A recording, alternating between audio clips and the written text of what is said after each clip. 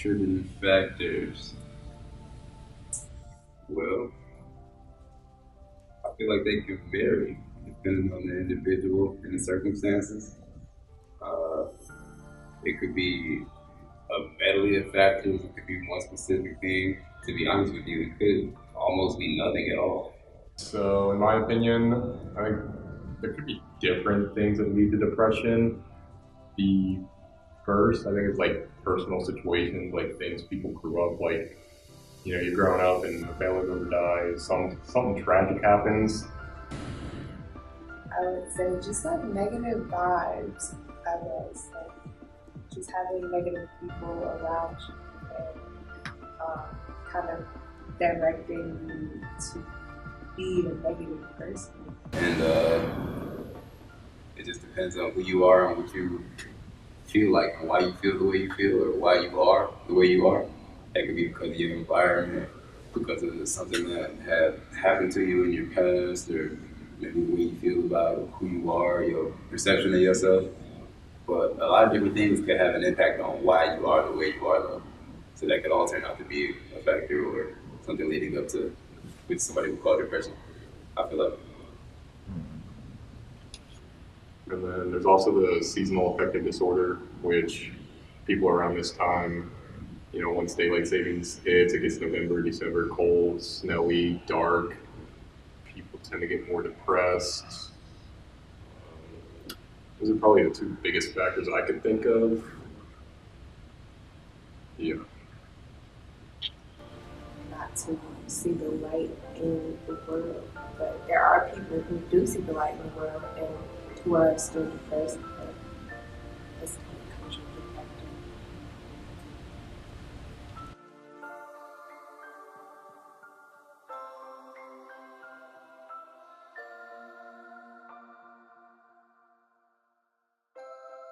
Drugs, more drugs, and self harm, and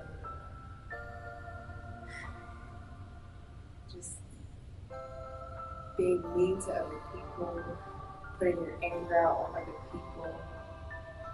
And those ways I have found they work temporarily. Best way.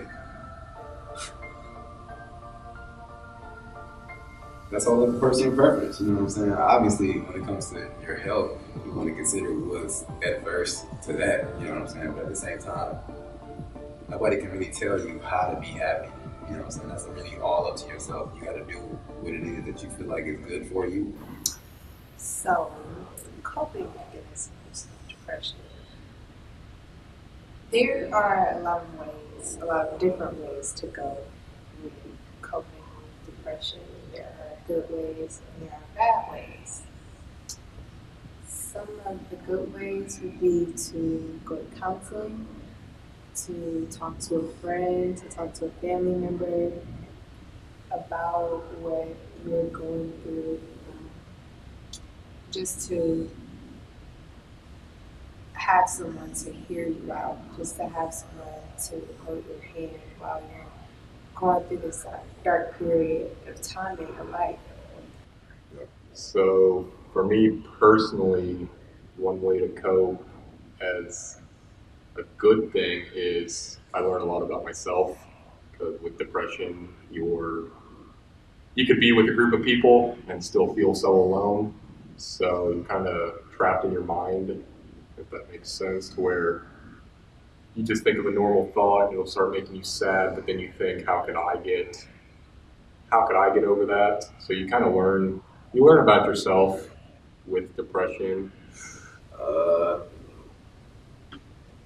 it's just different strokes for different folks. That's really for everything, though. You know what I'm saying? You know, a lot of things could be considered coping mechanisms or just like characteristics of somebody.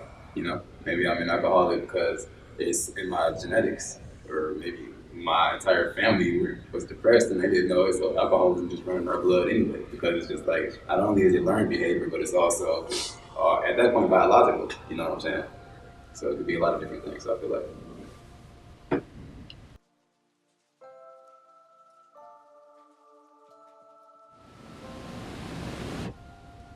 there's a lot that can happen, and there's a lot that people don't want to talk about or experience.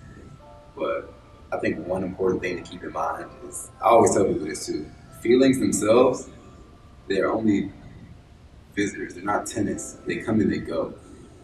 So you don't want to get too caught up on one thing. You don't want to wallow in something for too long, unless it is ecstasy itself. You know what I'm saying? I would recommend talking to someone and not just staying closed off. I would recommend trying to find the little things in life that make you happy. Even if it's just looking in the mirror and telling yourself that you're beautiful.